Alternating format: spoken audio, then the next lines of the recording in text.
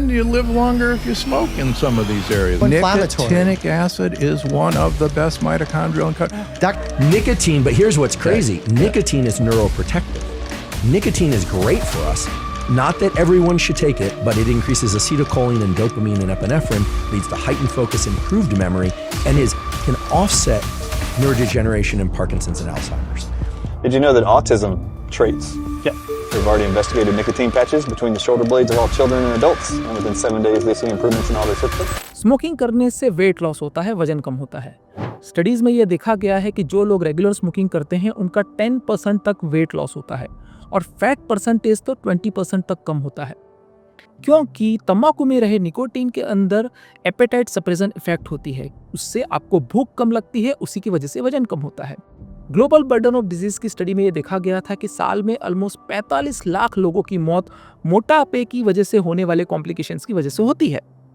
Smoking उसमें फायदा कर सकता है। ब्रेन की कुछ डीजनरेटिव डिसऑर्डर्स होती हैं, जैसे कि अल्जाइमर्स और पार्किंसंस डिजीज, उसमें स्मोकिंग से फायदा होता है।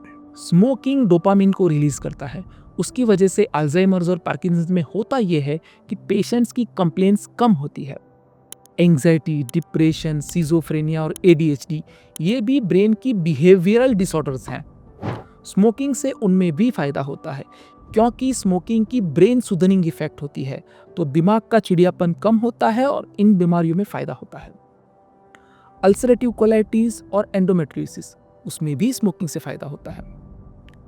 आपको लग रहा होगा कि मैं स्मोकिंग के फायदे गिना रहा हूं। नहीं, मैं आपको यह बता रहा हूं कि सोशल मीडिया पे आपको कोई भी बेवकूफ बना सकता है, सच्ची झूठी बात बताएगा, स्टडीज के आधे रिजल्ट दिखाएगा, आधे रिजल्ट छुपाएगा, अननोन सी स्टडी के रिजल्ट्स बताएगा।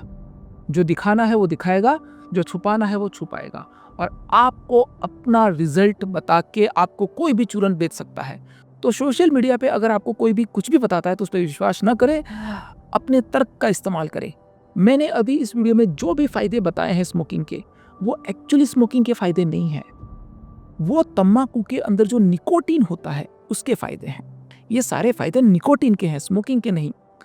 स्मोकिंग में आप निकोटीन को धुएं के रूप में लेते हो, तो ये जो तरीका है निकोटीन लेने का स्मोकिंग के द्वारा, वो बहुत ही गलत है। स्मोकिंग से 17 प्रकार के कैंसर होते हैं और हर तरह की बीमारी से आपके मरने के चांसेस 20 to 30% बढ़ते हैं। तो स्मोकिंग तो हानिकारक ही है। निकोटीन का फायदा लेने के लिए आप निकोटीन को स्मोकिंग की तरीके से, धुएं के तरीके से नहीं ले सकते। निकोटीन एक ड्रग है, उसको आप दूसरे तरीकों से भी ले सकते हो। धुएं से लेना, स्मोकिंग से लेना जरूरी नहीं है। तो प्लीज किसी के बहकावे में ना आए, स्मोकिंग ना करें, बिल्कुल ना करें, कभी भी ना करें।